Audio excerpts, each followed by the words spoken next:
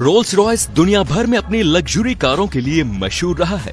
इस कंपनी की स्थापना सन 1904 में चार्ल्स और हेनरी रॉयल्स ने की थी।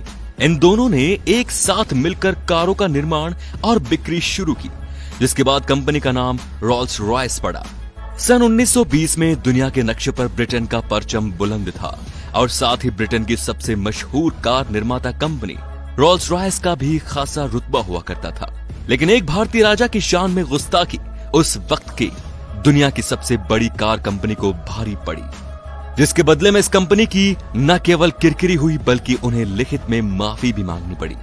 ये वक्त था सन 1920 का, जब इंग्लैंड की सड़कों पर अलवर के महाराजा जयसिंह प्रभाकर घूम रहे थे। बदन पर अंग्रेजी लिबास था और रंगत भारतीय की। ऐसे ही घूमते हुए उनकी नजर रोल्स रॉयस के शोरूम पर पड़ी।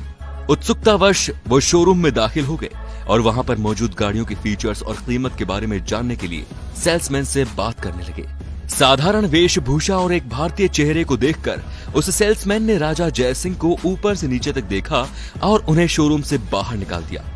शायद उस वक्त सेल्समैन के दिमाग पर ब्रिटेनी हुकूमत का नशा रहा होगा, जो एक भारतीय चेहरे के पीछे छिपे महाराज को न पहचान सका।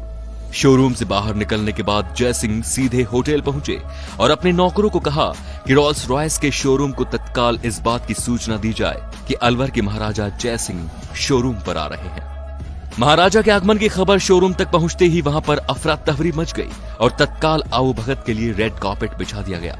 दिए गए समय के अनुसार जयसिंह अपने शाही लिबास और जेवरातों को पहने हुए शोरूम पर पहुंचे। बेशक उनकी मुलाकात उस सेल्समैन से भी हुई थी, लेकिन उन्होंने बस शोरूम में मौजूद कारों के बारे में पूछताछ की। उस वक्त शोरूम में केवल 6 कारें मौजूद थी। जयसिंह ने सभी 6 कारें तत्काल खरीद ली और उनकी कीमत नगद और जेवरात में चुकाई। जयसिंह ने कारों की कीमत के साथ साथ उनकी डिलीवरी चार्जेस का भी बखूबी भुगतान किया। कारों को खरीदने के बाद महाराजा जयसिंह वापस अपने वतन लौट चुके थे। रोल्स रॉयस की सभी 6 कारें भी कुछ दिनों बाद भारत पहुंची और उन्हें महाराज के महल में लाया गया। उस दौर में रोल्स रॉयस की कारें शाही शान की पहचान हुआ करती थी, लेकिन जयसिंह के जहन में अभी भी अपनी बेइज्जती का घाव ताजा था। उन्होंने उन सभी कारों को शहर का कचरा साफ करने के लिए म्युनिसिपैलिटीज के हवाले कर दिया और हर रोज ये कारें शहर का कचरा उठाने लगी। जब रोल्स रॉयस की कारों के आगे और पीछे झाड़ू बांधकर शहर की सड़कों पर उतारा गया तो यह खबर किसी जंगल में लगी आग की तरह फैल गई।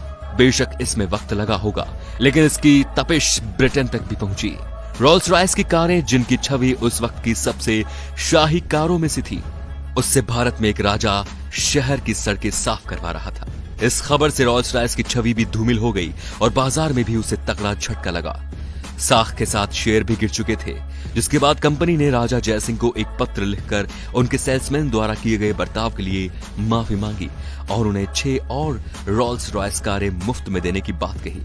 राजा जयसिंह ने रोल्स रॉयस के माफीनामे को मान लिया और म्युनिसिपैलिटीज को आदेश दिया कि अब वो कारों से कचरा न उठाएं। इस तरह जयसिंह ने बड़े ही सूझबूझ से ब्रिटेन की सबसे बड़ी कार कंपनी रोल्स रॉयस का गुरूर तोड़ दिया।